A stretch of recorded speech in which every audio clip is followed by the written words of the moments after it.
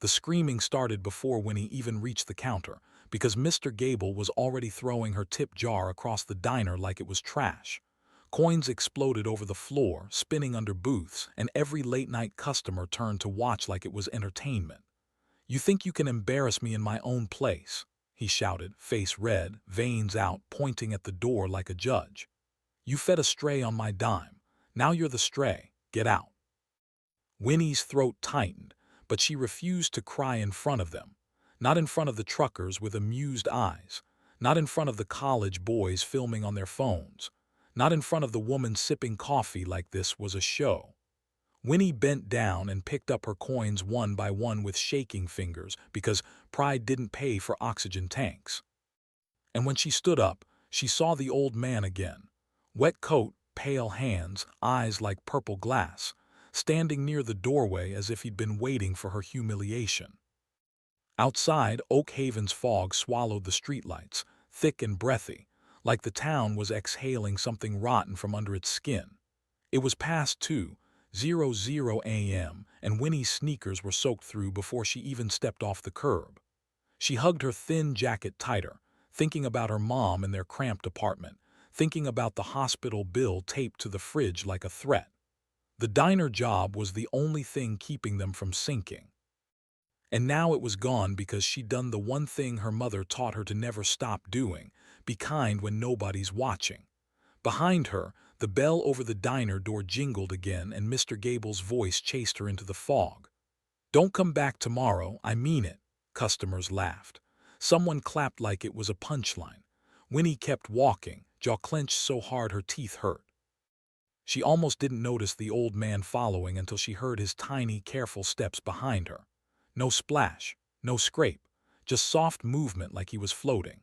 She turned, heart jumping, and he was there under the yellow glow of a street lamp that couldn't fully cut through the mist. Up close he looked even older, skin like thin paper, lips faintly blue, trembling hands pressed together like he was trying to remember how to pray. But his eyes were wrong.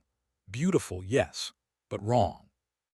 Amethyst too vivid for a human, like gemstones lit from inside.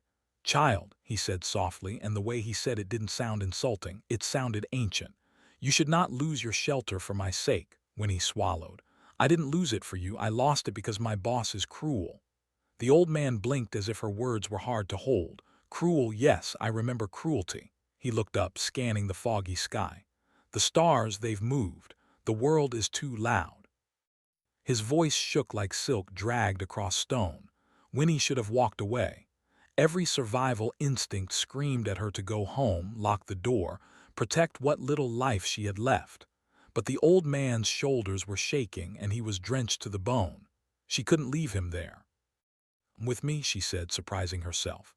"My place is small, but it's warm enough." The old man's eyes widened, almost childlike. "Warm," he whispered, tasting the word like it was a memory. Winnie started walking, slower so he could keep up. As they passed dark storefronts and quiet houses, she felt eyes behind curtains. Oak Haven always watched. Oak Haven always judged. She heard one window open, a voice hiss into the night. "Winnie Blythe is bringing home a man at 2 a.m., another voice laughed. Winnie kept her head down and kept moving, because shame was loud, but it still didn't pay bills. Her apartment building looked like it might collapse if the wind pushed too hard. Paint peeling. Stairs that groaned like they hated being stepped on. Inside, the air smelled like old carpet and cheap disinfectant. Winnie led the old man up 2 flights, every step making her knees ache from exhaustion. She unlocked the door and stepped into her tiny living room where the couch was broken and the wallpaper was peeling like dead skin. And then she heard her mother cough from the bedroom, a wet, rattling cough that always made Winnie's heart freeze. "Mom," Winnie called, rushing in. Martha Blythe lay half-sitting with her oxygen tube, eyes tired but still gentle. She looked at Winnie's face and immediately knew something had happened. "Baby," she rasped. "Did he fire you?" Winnie tried to smile. It came out crooked. "It's okay," she lied. "We'll figure it out." Then Martha noticed the old man behind Winnie and stiffened. Her eyes narrowed, not with fear, with recognition that didn't make sense. "Who is that?" she whispered. The old man stepped forward, and for a second the fog in his gaze cleared like a curtain lifting. He looked at Martha as if she was a painting he'd seen a long time ago. A candle, he murmured. Still burning. Martha's lips parted. Winnie, get him out, she said, sharper now, like a mother protecting her child. Winnie stared. Mom, he's just lost. He was freezing. Martha's hand shook on her blanket. That is not a normal lost man, she whispered. The old man's eyes clouded again and he swayed like he might fall. Winnie instinctively caught him by the arm. His skin was cold, too cold, like holding ice wrapped in velvet. She guided him to the couch and ran to the kitchen to make tea, hands moving on autopilot because if she stopped, she'd start panicking. Winnie whispered while the kettle heated, please, just for tonight, I can't throw him back into the storm. Martha stared at the old man, her breathing shallow. Your kindness is going to get you killed one day, she said, voice trembling. Winnie flinched like she'd been slapped. No, Winnie said, tears burning behind her eyes. My kindness is the only thing I have that this town hasn't stolen. She poured tea into a chipped mug and handed it to the old man. He held it with both hands like it was sacred. You shine, he said softly, reading her name tag still clipped to her jacket, Winona. In a world of gray, you shine. Winnie's throat tight. Stop, she whispered. I'm not shining, I'm drowning. The old man tilted his head, listening like he could hear something behind her words. Drowning, he repeated. Yes, I remember drowning. I remember a river of blood and a crown of bone. Winnie's heart pounded. Martha's eyes widened. And for the first time Winnie saw fear on her mother's face that had nothing to do with illness. Before Winnie could ask what he meant, the lights flickered, once, twice. Then the whole apartment went dim for half a heartbeat like the building itself inhaled. Winnie froze. Power outage, she whispered, but the streetlights outside didn't go out. Instead, a low vibration rose through the floorboards deep enough to feel in her ribs. Martha sat up, wheezing. No, she rasped. That's not the power. Winnie rushed to the window and pulled the curtain back. Her breath caught. 3 black SUVs, massive, expensive, unreal in Oak Haven, glided down their narrow street like sharks in a shallow river. Their headlights were bright white, surgical, cutting the fog into clean slices. They stopped directly in front of Winnie's building with perfect, controlled precision. Neighbors' porch lights clicked on. Curtains shifted. The whole street went silent like everyone collectively forgot how to breathe. Winnie's stomach dropped because she knew what desperate people did when bills went unpaid. She knew what collectors looked like. But this wasn't a collector's car. This looked like a funeral for someone important. A door opened, and the night changed. A man stepped out of the middle SUV, and for a second Winnie thought her brain was making him up because no one looked like that in real life. Tall, too tall. Broad shoulders, effortless posture like gravity treated him differently. White hair, not gray, not blonde, white like moonlight on snow. A suit so dark it looked like liquid shadow, tailored perfectly, moving without a wrinkle. His face was painfully beautiful in the way statues are beautiful, perfect and cold and impossible. But it was his eyes that made Winnie's hands go numb on the window frame. Violet, the same shade as the old man, but sharper, hungry, alive. He didn't walk to the building like a normal person. He glided, calm and terrifying, like the street belonged to him. 2 more figures stepped out behind him, silent guards with pale faces and still eyes, moving like trained predators. Winnie backed away from the window, heart pounding so hard it hurt. Mom, she whispered, we need to. A knock came at the door. Not frantic, not rude. 3 slow knocks, spaced like a heartbeat. Winnie looked at her mother. Martha looked like she'd seen a ghost. Don't open it, Martha breathed. Winnie, please. Another knock. The old man on the couch lifted his head and his cloudy eyes flashed clear for a second. He's here. He whispered, almost happy. My son. Winnie's blood turned to ice. Your son, she whispered. The old man smiled faintly. My winter-hearted boy. Winnie's hand moved to the doorknob without permission, like the sound had pulled her. She opened the door. The hallway suddenly felt too small for the man standing there. He filled it with cold, with authority, with something ancient that made Winnie's instincts scream to run and kneel at the same time. He looked at her like he'd already decided what she was worth. Then his gaze slid past her shoulder, straight to the old man inside. Something flickered across his face, control cracking for half a second. Relief, rage, pain. Winnie couldn't tell. His voice came out low and velvet dark. "Winona Blythe," he said, and it hit her bones like a drum. "I am Leopold Etheldred." Behind Winnie, Martha wheezed like she was choking. Winnie couldn't speak. Leopold's eyes returned to her, and now they were not just cold, they were sharp, measuring, dangerous. "My father has been wandering," Leopold said calmly, as if saying the weather. "My guards lost him, and he returned to me with one word in his mouth." His gaze narrowed. "Angel." Winnie's throat went dry. I don't understand." Leopold took one step forward, and the hallway temperature dropped. Not unpleasant, just absolute. Like a winter forest that didn't care if you lived. "You gave him shelter," he said. "You gave him food. You protected his dignity." His eyes flicked toward the bedroom where Martha lay. "And for that you were punished." Winnie's knees almost buckled. "He was freezing," she whispered. "I didn't do anything special." Leopold's mouth barely moved, but the air changed, like his patience thinned. "In my world," he said softly, "people do not do things for free." He reached into his coat and pulled out a thin silver-bound ledger. Not a notebook, something older, carved with symbols that made Winnie's eyes ache to look at. "Your debts," Leopold said, voice calm as death. "Paid." Winnie blinked. "What?" Leopold turned a page with one finger. "Your landlord paid, your mother's hospital balance paid, your mother's future treatment paid." Winnie's mind spun. "That's impossible," she whispered. "We owe more than you can count," Leopold finished for her. His eyes met hers. "And now you don't." Martha's voice came from the bedroom, weak but fierce. "No," she rasped. "We don't want your money." Leopold didn't even look at her. "You will take it," he said, still soft. And the softness was the scariest part. Winnie felt her skin prickle. "Why?" Winnie whispered, desperate. "Why would you do all this for a cup of coffee and pie?" Leopold's gaze dropped to Winnie's hands, raw, cracked, red from dishwater and cold. For a fraction of a second, his expression shifted like something human tried to breathe under the stone. "Because my father does not remember my name," Leopold said quietly.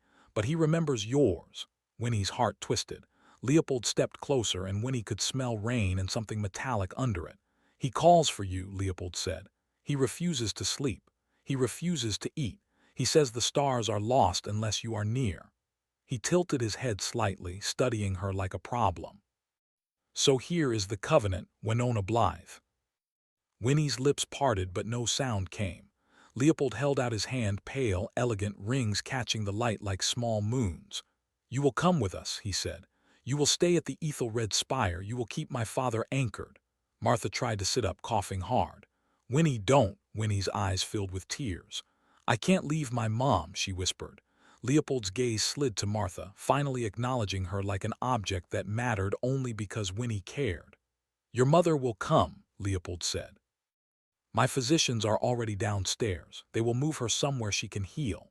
Winnie stared. "Heal," she whispered, almost laughing because it sounded cruel. "Martha had been sick for years. You didn't heal that." Leopold's eyes hardened again. "Do not mistake me for a man who offers choices," he said calmly. "This is not charity, this is repayment and protection." His voice lowered. "Because the moment the council learns a human girl held my father's hand in the rain, they will come for you." Winnie's stomach dropped. "Council," she whispered. Leopold's eyes went distant, and for the first time Winnie understood he wasn't just rich or powerful. He was something the world had been hiding. 13 families, Leopold murmured. Old blood, old hunger, they hate weakness, they smell it." His gaze snapped back to Winnie. "And they will call your kindness weakness." Winnie's whole body shook. She looked back at the old man on her couch. He was smiling softly, like he was proud. "Angel," he whispered again. Winnie looked at her mother.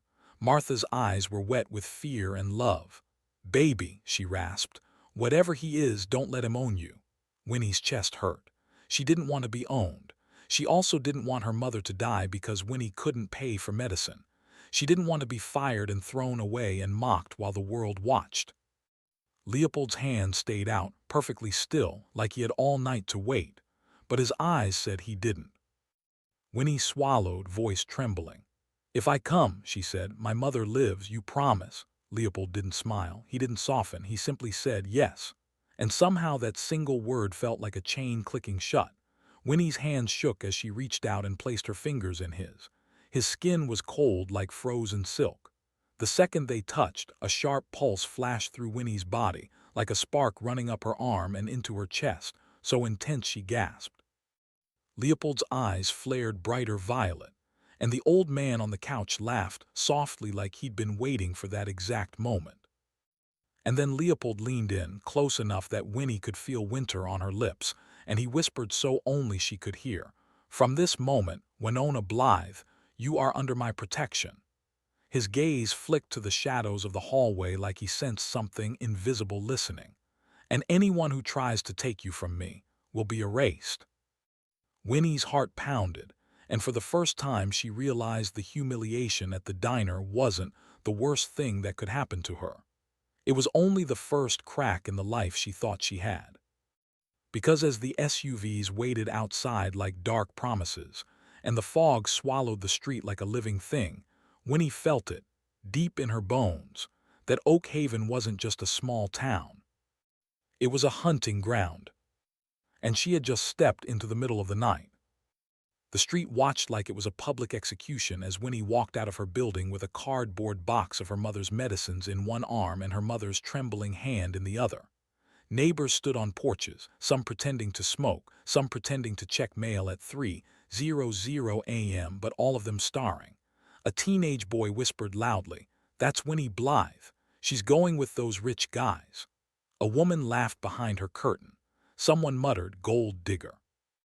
Winnie's cheeks burned, but she kept walking because her mother was coughing so hard her whole body shook. And then the biggest humiliation hit. Mr. Gable's truck rolled by slow, his face smug in the window, and he yelled, "Should have kept your legs closed, Winnie." The street erupted in ugly giggles. Martha tried to turn, furious, but Winnie squeezed her hand and kept moving, swallowing rage like poison. Leopold didn't react. He simply lifted his chin slightly, and one of his guards moved without a word. The guard stepped into the fog, and within seconds Mr. Gable's truck engine sputtered like it was choking, then died in the middle of the road. The headlights blinked out. Mr. Gable shouted in panic. Leopold didn't look back. He only opened the SUV door for Winnie's mother like she was royalty. Inside the vehicle, the air smelled expensive, leather and cold metal, and it was warm, unnaturally warm, like the inside of a living thing. Winnie sat stiffly, her box on her lap, while Martha lay back against the seats, breathing hard. A woman in a black coat sat in the front passenger seat and turned around. Her eyes weren't violet. They were silver gray, sharp and calm. "I'm Dr. Cellini," she said. "Your mother will be stable. You did well getting her out tonight." Winnie stared. "Who are you people?" Cellini's lips twitched like she almost smiled. "The kind that doesn't lose what belongs to them." Winnie flinched at that word, belongs. Leopold sat across from Winnie, posture perfect, gaze fixed on her like the car contained only one important thing. "No one touches you," he said quietly. "Not in Oak Haven, not anywhere." Winnie's voice shook. "Why does everyone act like this is normal?" Leopold's eyes narrowed, and for a second Winnie saw it, something predatory behind beauty. "Because fear has always been normal." He said, "Humans just forget." The SUVs climbed into the Pennsylvania highlands where the fog became thicker, older, like it had been waiting for centuries. Trees bent over the road like black fingers. Winnie tried to track where they were going, but after 15 minutes the world felt wrong, like the road kept turning in circles even though the car went straight. Her phone lost signal. Then the air changed. It tasted like rain and stone and something sweet underneath, like flowers blooming in a graveyard. Martha whispered, half asleep, "Winnie, the lights." Winnie looked up and froze. In the distance, above the dark cliffline, something pale rose out of the mist like a ghost cathedral. Tall white stone, glass that caught moonlight like mirrors. A spire so high it looked like it stabbed the clouds. It wasn't just a building. It was a statement, a warning. A throne turned into architecture. Massive iron gates appeared where there shouldn't have been gates, black metal twisted into sharp vines and moon-shaped spikes. Guards stood in silence, pale faces turned toward the convoy. Their eyes glowed faintly like embers behind glass. The gates opened without a sound and the SUVs glided through as if entering another world. Winnie's skin prickled. "This isn't real," she whispered. Leopold's voice came close to her ear, calm and dark. "It is real," he said. "It has just been hidden from you." Winnie turned and met his violet gaze. "What are you?" she whispered. Leopold's mouth curved, not into a smile, into a decision. "Your only shield," he said, "if you survive the wolves." Inside the ethyl-red spire, everything felt like eternal midnight. Black marble floors reflected moonlight like water. Silver threads ran through the walls like veins. Tapestries hung with symbols Winnie didn't understand: crowns, moons, thorns, and something that looked like wings made of smoke. The air was cold but not uncomfortable, like a perfect winter room. Servants moved silently, eyes lowered, faces too pale, too still. Not human. Winnie's stomach twisted. She looked down at her mother being carried carefully on a sleek medical bed by Dr. Cellini and two silent assistants. "Where are you taking her?" Winnie asked, panic climbing. Cellini didn't stop walking. "To the conservatory wing," she said. "The air is infused there. She will breathe easier." Winnie stepped forward. "I'm coming." Leopold's hand closed around her wrist, not rough but unbreakable. "You will see her," he said. "After you see my father." Winnie's voice cracked. "You promised." Leopold's eyes sharpened. "I promised she would live," he said. "And she will. But do not test my patience in my own house, Winona." The way he said her name felt like a collar. Winnie jerked her wrist, but he didn't let go until she stopped fighting. Then he released her like she was fragile glass. "Hestia," Leopold said without turning. A woman appeared from the shadows like she'd been standing there the whole time. Tall, severe, gray hair braided tight, eyes black as ink. "Yes, my king." Leopold nodded toward Winnie. "Prepare a suite, feed her, bathe her, armor her with something that doesn't look like a diner uniform." Winnie bristled. "I'm not your doll." Hestia's black eyes flicked to Winnie, cold and assessing. "In this house," Hestia said, "even dolls die if they don't learn the rules." Winnie swallowed and felt her spine straighten. "Then teach me," Winnie said. Hestia studied her for a moment, then nodded once. "Good," she said. "At least you have teeth."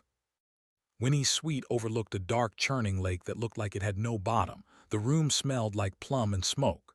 The bed was massive, draped in bruised purple silk.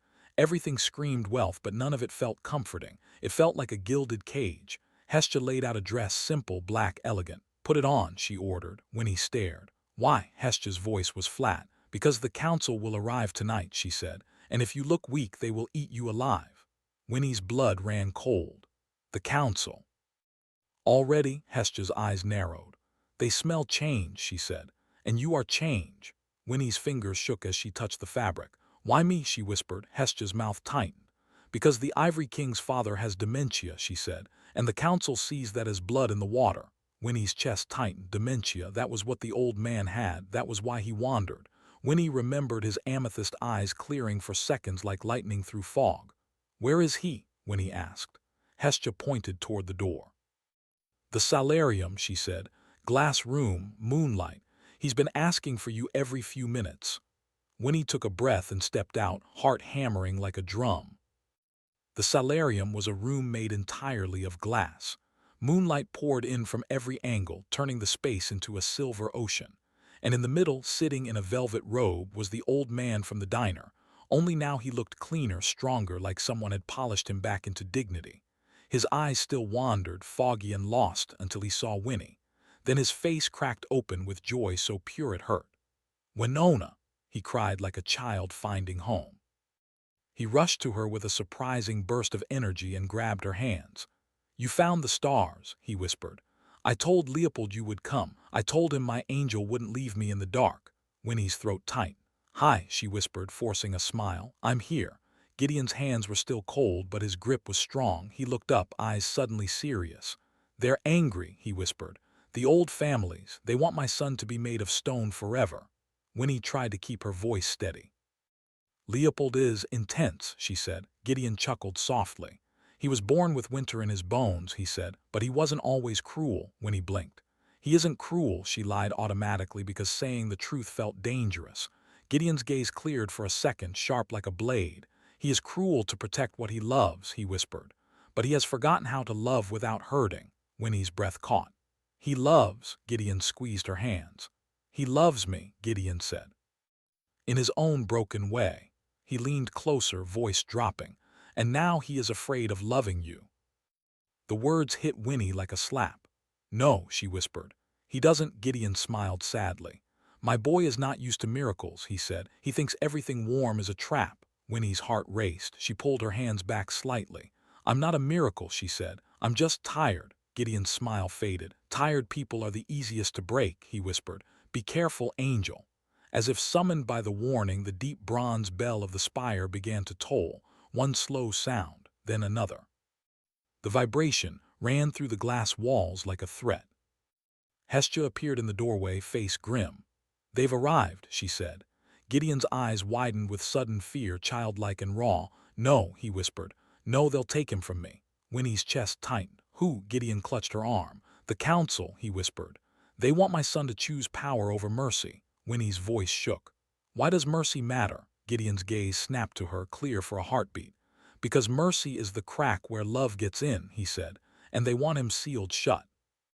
Winnie's hands trembled, but something inside her hardened. She had been humiliated in public, fired, mocked, called names. She had dragged her mother through poverty. She was tired of being small. Then they don't get to seal him, Winnie whispered. The banquet hall was lit by chandeliers that looked like frozen stars. A long table filled the room like a river of black silk and crimson wine. 13 figures sat like nightmares dressed as royalty, men and women with eyes that glowed, smiles too sharp, voices too soft. The air smelled like perfume layered over blood. Winnie stood at the mezzanine balcony above, hidden behind carved railings, heart pounding as she watched Leopold at the head of the table. He looked untouchable, white hair a beacon, expression blank, hands steepled calmly as if none of them could threaten him. But Winnie could feel it, tension like a loaded gun. Man with eyes like black pits leaned forward, lips curling. Leopold, he purred, voice dripping venom, we hear you've brought a human into sacred halls. Soft laughter rippled around the table. Another woman smiled, showing just a hint of fang. A son-born pet, she said. How sentimental. Leopold didn't blink. My father requested her, he said, and my father gets what he requests. The black-eyed man chuckled. Your father is slipping, he said casually, like discussing a broken horse. His mind is weak. Weakness invites takeover. The whole table hummed with agreement, predatory and eager. Winnie's stomach turned. Leopold's gaze sharpened. Be careful, he said softly. You are speaking of the Ivory King. The black-eyed man spread his hands. We are speaking of reality, he said. And reality is this. You spent human money on human debts. You've brought a human into our blood cathedral. That breaks covenant. Leopold's voice stayed calm, but it carried like a blade. My covenant is my will, he said. If you dislike it, leave. Silence fell heavy, shocked, then a laugh. Not amused, threatened. You're forgetting who made you king, the black-eyed man said, when he watched Leopold's jaw tighten just slightly. I became king because I survived, Leopold replied, not because you allowed it. The room chilled. The black-eyed man leaned in, eyes gleaming. Then prove you still have the spine of an ivory king, he whispered. Bring the human down, let the council judge her. If she is truly harmless, we'll let her live.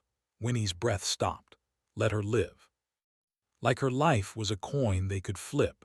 She tried to back away from the balcony, but her foot scraped slightly on the marble. Every head turned upward at once. 13 sets of predator eyes locked onto her. Winnie's heart slammed against her ribs. She couldn't move, she couldn't breathe. Leopold's gaze snapped to her, and for the first time that night his mask cracked, something fierce flashed through. Stay where you are, he said, voice low, but it was too late. The black-eyed man smiled like he'd caught a mouse. Oh, he purred. There she is. A low murmur spread through the hall. Words like blood and scent and pretty drifted up like smoke. Winnie's skin crawled. The black-eyed man rose slowly, fangs just visible. Come down, little angel, he called softly. Let us see what spell you cast on our prince.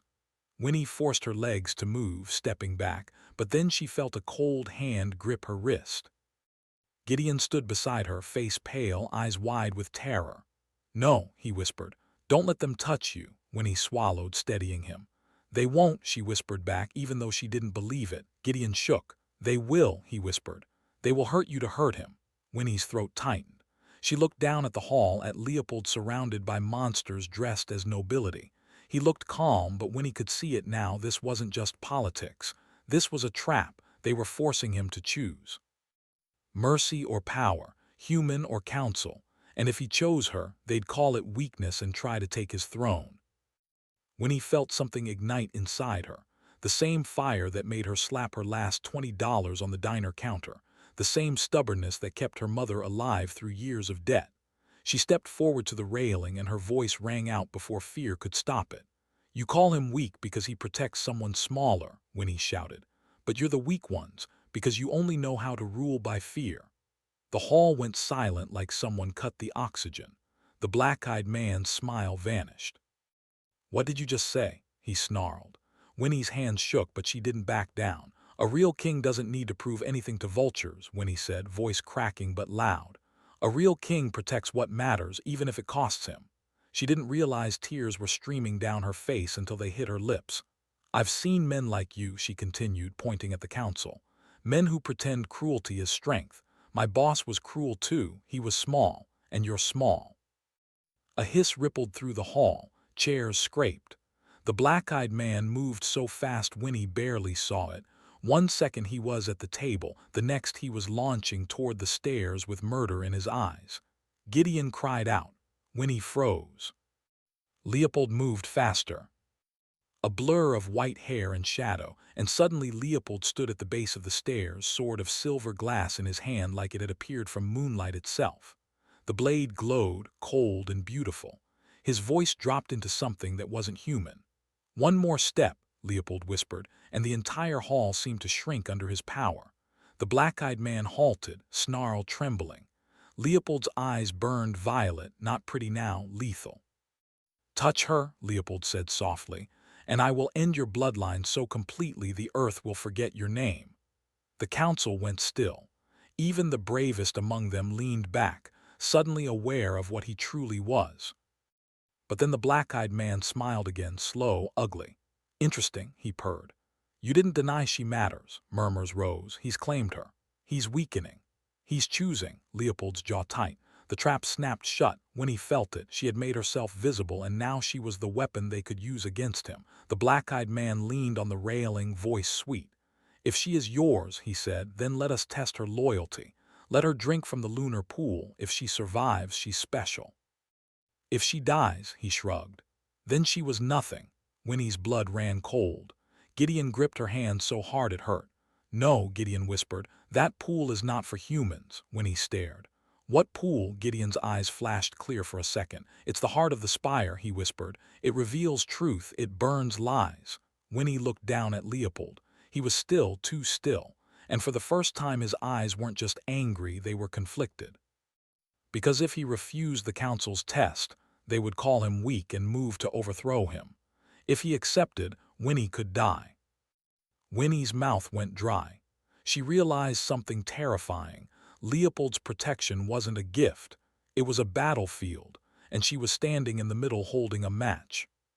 Then Leopold lifted his chin and spoke to the council with a voice that made the chandeliers tremble. "Fine," he said. Winnie's heart dropped. Leopold turned his gaze up to her, and in that stare she saw a message he didn't say out loud: trust me or fear me. Those were the only options. Hestia appeared behind Winnie like a shadow. "Don't do it," Hestia whispered harshly. "The council wants you dead." Winnie swallowed, eyes burning. "If I refuse," Winnie whispered, "he loses his throne." Hestia's jaw tightened. "And if you accept," Hestia hissed, "you might lose your life." Winnie looked at Gideon. The old man was shaking, eyes wide, but he whispered, "Angel, you don't have to be brave for kings. Be brave for you." Winnie looked back at Leopold, down there alone against 13 ancient monsters, and she understood the ugly truth. Kindness had brought her here, but now only courage would keep her alive. Winnie lifted her chin and called down, voice trembling but clear. "I'll do it," she said. The hall erupted, laughter, hisses, excited whispers. The black-eyed man's grin widened like he'd already tasted victory. Leopold didn't smile. He only said, low enough that it felt like a vow, "Then walk with me." As Winnie started down the stairs, the entire spire felt like it was holding its breath. And somewhere deep under the mountain, something ancient stirred, like the heart of the house recognized her footsteps. The entire ethel red spire felt like it was watching her as Winnie walked beside Leopold through the lower corridors. The council followed behind them like a pack of elegant predators, whispering in amused tones as if the outcome was already decided. Their laughter echoed through the marble halls, bouncing off the silver-veined walls like knives. Winnie kept her eyes forward, forcing her legs not to shake. She could feel Leopold beside her, tall, silent, controlled, but the cold radiating from him wasn't anger anymore. It was tension, the kind that comes right before a storm breaks. "You still have time to refuse," Leopold murmured without looking at her. His voice was calm, but the words felt heavy. Winnie shook her head slowly. "If I refuse," she said quietly, "they win." Leopold's jaw tightened. "If you accept," he replied, "you might die." Winnie gave a weak smile. "Honestly, that's been a possibility for years." The council chuckled behind them, enjoying every word.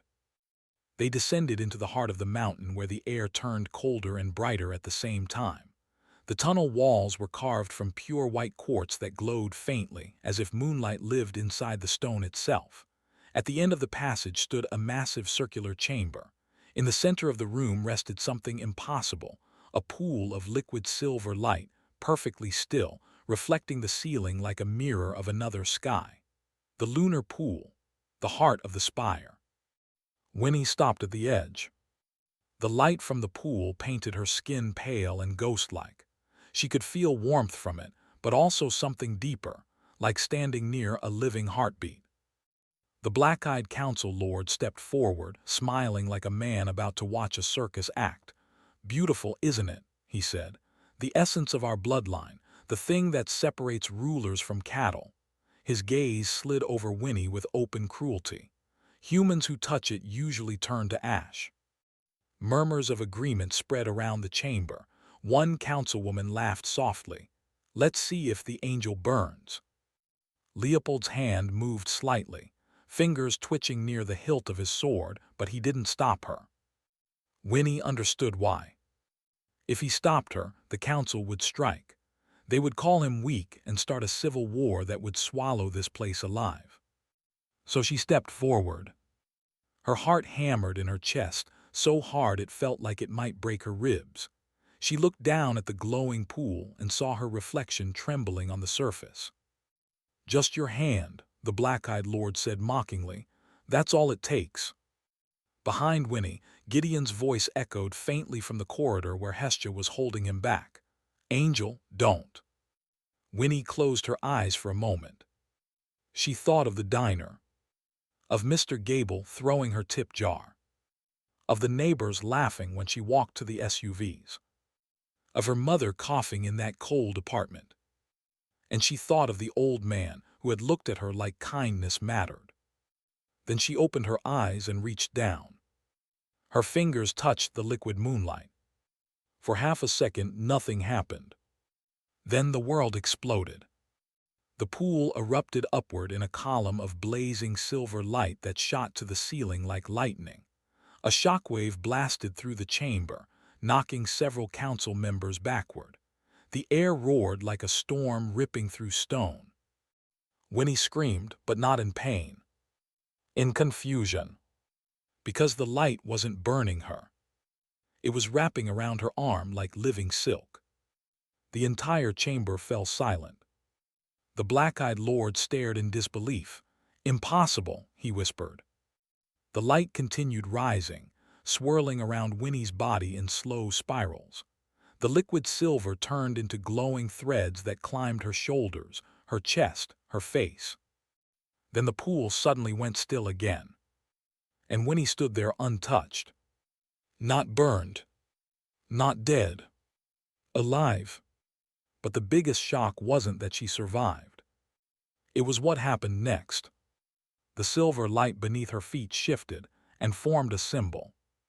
A symbol that slowly spread across the entire surface of the pool. A crown made of thorns and moonlight. The mark of the asterisk first bloodline. The oldest royal crest in vampire history. Gideon gasped from the corridor. "Impossible," he whispered. "That mark hasn't appeared for 3,000 years." The council erupted into chaos. That's the royal sign. She carries the moon mark. How can a human carry the throne crest? Leopold didn't move. He simply stared at Winnie, as if the world had cracked open in front of him. The black-eyed council lord's face twisted with rage. "This is a trick," he shouted.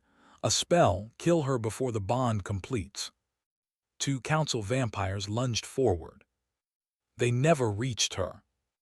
Leopold moved like a thunderbolt. His silver glass blade flashed once through the air. Two bodies turned instantly into gray ash. The chamber fell dead silent again. Leopold stepped in front of Winnie, eyes burning violet with terrifying intensity. "Enough," he said quietly. The word carried through the room like a command carved in stone. The council hesitated. Even the black-eyed lord took half a step back. Because now this wasn't about a human girl. This was about prophecy. Gideon slowly entered the chamber, leaning heavily on his cane but suddenly looking stronger than he had all night. His cloudy eyes cleared completely as he looked at the glowing symbol in the pool. "Now I remember," he whispered. Everyone turned to him. Gideon's voice echoed softly through the chamber. "The ancient line of the Ivory Kings was never meant to rule alone," he said. "The throne was meant to awaken when a heart of mercy touched the moon's source." The council lord sneered. "Mercy is weakness." Gideon looked at him calmly. "No," he said. "Mercy is what prevents monsters from ruling forever." Then he pointed at Winnie. "She didn't unlock the pool because she's powerful," Gideon continued. "She unlocked it because she's human." The room went still. Even Leopold's breathing slowed. Because that meant something far more dangerous than magic. It meant the entire vampire empire had been built wrong. For centuries, they had ruled through fear. But the throne itself recognized compassion. The black-eyed council lord's expression twisted into fury. "This changes nothing," he snarled. "Kill the girl." Before anyone could move, the spire alarms exploded. A deep war horn echoed through the mountain. Guards shouted from the tunnels. Hestja's voice rang through the chamber. Attackers in the lower gates. Leopold's eyes snapped toward the corridor. "Who?" he demanded. Hestja's answer was cold. "Silas, the traitor lieutenant." The council lord smiled slowly. "You see, King," he said softly. "You were distracted." The ground shook as explosions echoed from deeper in the spire. The black-eyed lord stepped backward toward the exit. "My allies will finish what we started tonight," he said. Leopold's voice dropped into something lethal. "You won't leave this room alive." But the council lord only laughed. "Kill me, and the other families will declare war." Then he disappeared into the tunnels with several council members. The betrayal had begun. The next minutes became chaos. Vampire mercenaries poured through the tunnels. Leopold fought like a storm, cutting down attackers with brutal precision while guards sealed the gates. Winnie helped Gideon retreat toward the inner vault, while the battle raged through the spire. Steel clashed. Explosions shook the stone. Screams echoed through the halls. And finally, after what felt like hours, the fighting stopped. Silas lay dead. The mercenaries were gone, and the council had fled. When the dust settled, Leopold stood in the center of the ruined hall covered in ash and blood. But alive. He turned slowly toward Winnie. For a long moment, neither of them spoke. Then Leopold walked to her. His voice was quiet. "You just changed the balance of the vampire world." Winnie let out a shaky laugh. "I just touched a glowing puddle." Leopold almost smiled. Almost. But then he said something that made the entire room freeze. "You didn't survive it," he said softly. "You awakened it." The surviving vampires bowed their heads. Not to him. To her. Gideon watched with peaceful eyes. The spire has chosen, he said. Leopold looked at Winnie again, something new in his gaze. Not ownership. Not curiosity. Respect. Then he said the words that would echo through the vampire world. She is not a guest. She is the queen of the spire. 6 months later, the ethel-red spire stood stronger than ever. The council that once ruled the night was gone. A new court had formed, one that valued balance instead of fear. Winnie stood on the highest balcony beside Leopold, watching dawn paint the mountains gold. Her mother walked freely through the gardens below, finally healthy. Gideon wrote the history of the spire in the library, smiling every time he saw her. Leopold wrapped his arm gently around Winnie's waist. You changed everything, he said. Winnie smiled softly. No, she replied. I just refused to stop being kind. Then she looked out over the world below and whispered the truth that had carried her from a diner to a throne. Sometimes the smallest kindness is the most dangerous power in the world. But now the real question remains. If you were in Winnie's place, would you risk your life to help a stranger? Or would you walk away and protect yourself? Tell me in the comments what you would do. And if you enjoyed this story, check out my other dark fantasy videos on the channel, because the next story might reveal what happens when the Vampire King's enemies return for revenge.